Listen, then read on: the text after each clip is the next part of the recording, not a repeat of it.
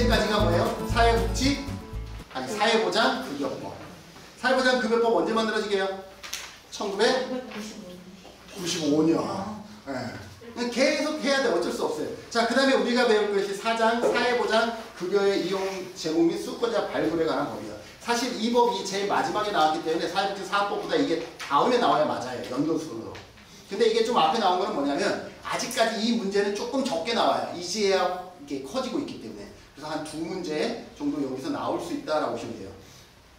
사회보장급여의 이용, 제공 및 수급권자 발굴에 관한 법은 일단 왜 만들어졌어요? 송파 세모녀 사망사건 때문에 만들어졌다고 그랬죠. 송파 세모녀 사망사건이 2014년 2월에 발생하고 이 법은 2014년 12월에 제정이 되어지고 2015년 7월부터 시행이 되어집니다. 그런 흐름 기억하시고, 자, 용어의 정의는 법제론에서 잘 나오는데 수급권자는 받을 권리가 있는 사람이에요. 권리를 가진 사람. 이거 아무것도 아니지만 많이 틀려요. 수급권자는 받을 권리가 있는 사람이고 수급자는 받는 사람이에요. 받는 사람. 그래서 받고 있는 사람은 수급자, 받을 권리가 있는 사람은 수급권자. 시험에 자주 나와요. 지원 대상자도 시험에 자주 나와요. 최근에도. 지원 대상자는 뭐냐면 사회보장이 필요로 하는 사람, 사회보장급여를 필요로 하는 사람. 지원 대상자. 기억합시다. 그다음에 보장기관도 잘 나와요. 보장기관은 국가와 지자체. 이해됐어요? 자, 지원 대상자는 필요로 하는 사람, 보장기관은 국가와 지자체. 수급권자는 권리가 있는 사람, 수급자는 받는 사람. 이해됐죠? 그래서 용어의 정의도 여러분들 잘 기억해 두시면 좋겠습니다. 자, 사회보장급여입니다. 자, 우리나라 사회보장급여는 뭐예요? 급여가 뭐예요? 급여. 여러분들이 받는 거 월급 받고 있죠? 여러분들이 받고 있는 걸 뭐라 그래요? 급여라고 그러죠? 사회보장급여는 우리가 사회보장으로 우리가 받을 수 있는 모든 것을 사회보장급여라고 하는 거예요. 무슨 말인지 아시겠어요? 그래서 사회보장급여. 자, 우리가 그럼 받으려고 하면 어떻게 해야 돼요? 신청주의잖아요. 첫 번째가 그거죠. 지원 대상자, 그 친척, 후견, 청소년 상담사, 지도사, 지원 대상자를 사실상 보호하고 있는 사람들은 사회보장급여를 뭐 할 수 있다? 신청할 수 있다. 그래서 사회보장급여는 신청주의지만 본인만 신청 가능하다? 아니다라는 거예요. 그 외에 많은 사람들이 신청할 수 있다는 것이고, 보장기관의 업무 담당자, 아까 얘기한 담당, 공무원은 어떻게 할 수 있다? 보장기관의 업무 담당자는 직권으로 신청할 수 있다는 거예요. 그럼 왜 직권으로 신청해요? 저 사람이 정보를 모르기 때문에 누락될 것 같아, 아무래도. 그러니까 내가 직권으로 신청을 하는데 그냥 신청하면 돼요? 안 돼요? 안 돼요. 반드시 뭐가 필요해? 서면으로 동의. 이 경우에 대상자를 동의를 받아야 하는데 동의를 받을 경우에는 신청자가 신청한 것으로 한다라는 거예요. 자, 동의를 안 받아도 돼. 근데 시험에서 그렇게 나와요. 반드시 받아야 되느냐? 안 받아도 돼. 누구는 안 받아도 돼요? 심신미약. 치매가 아주 심하거나 자기 결정이 어려운 심신미약의 경우는 동의 없이 직권으로도 신청할 수 있다는 거예요. 그런데 이렇게 동의 없이 직권으로 할 때에는 반드시 뭐 해야 돼요? 보장기관의 장에게 지체 없이 보고해야 합니다. 이해되셨죠? 신청주의를 원칙으로 하지만 직권으로 가능해. 근데 반드시 동의를 구해서 직권으로 할 수 있는데 심신미약의 경우는 동의를 없이도 신청이 가능한데 지자체장에게 바로 보고해야 된다는 거죠. 자, 그 다음에 사회보장급여의 부정수급 실태조사. 자, 부정수급 실태조사는 몇 년마다? 볼 필요 없어. 실태조사는 무조건 몇 년? 3년이었잖아. 실태조사는 3년. 그 다음에 여기 안 나왔는데 보장기관의 장은 지원 대상자에 대한 발굴 조사를, 아까 우리 지원 대상자 있었잖아요. 지원 대상자에 대한 발굴 조사를 분기마다, 기억합시다. 지원 대상자에 대한 발굴 조사를 분기마다 정기적으로 해야 된다는 거예요. 분기면 엄청 짧은 간격에 하는 거잖아요. 그죠? 그래서 지원 대상자의 발굴 조사는 분기마다 기억해 주시고, 지원 대상자의 운영 실태 있죠? 운영 실태는 매년이에요. 매년. 발굴 조사는 분기마다, 지원 대상자의 운영 실태는 매년. 이 정도는 좀 기억해 두셔도 좋을 것 같습니다. 자, 그 다음에 사회보장 정보입니다. 사회보장 정보 시스템. 보장기관의 장은 사회보장 급여에 관한 업무를 효율적으로 수행하기 위하여 사회보장 정보 시스템을 이용하거나 관할 업무 시스템과 사회보장 정보 시스템을 연계하여 사용할 수 있다.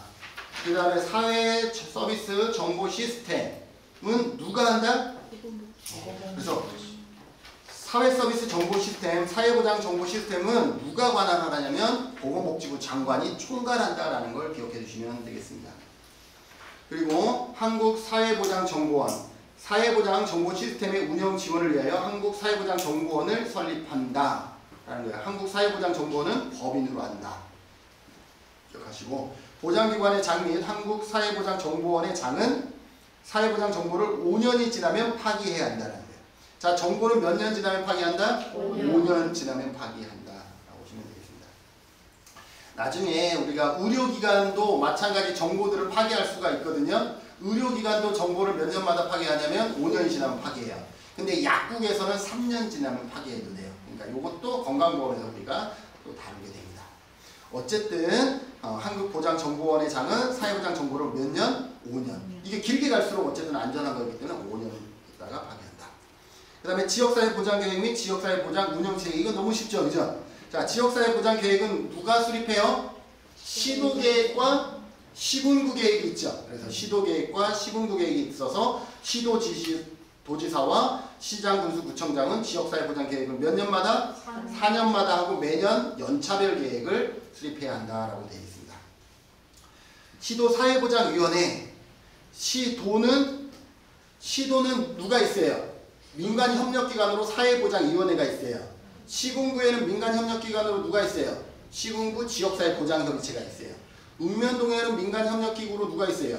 읍면동 지역사회보장협의체가 있어요. 그래서 시군구와 읍면동에는 각각의 지역사회보장협의체가 있고 시도에는 사회보장위원회가 있다.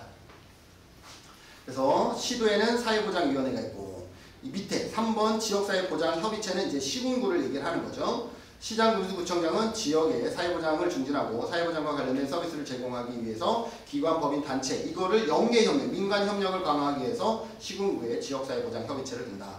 지역사회보장협의체를 둔다라는 것은 몇 년도에 사회복지사업법에 들어갈게요? 2003년.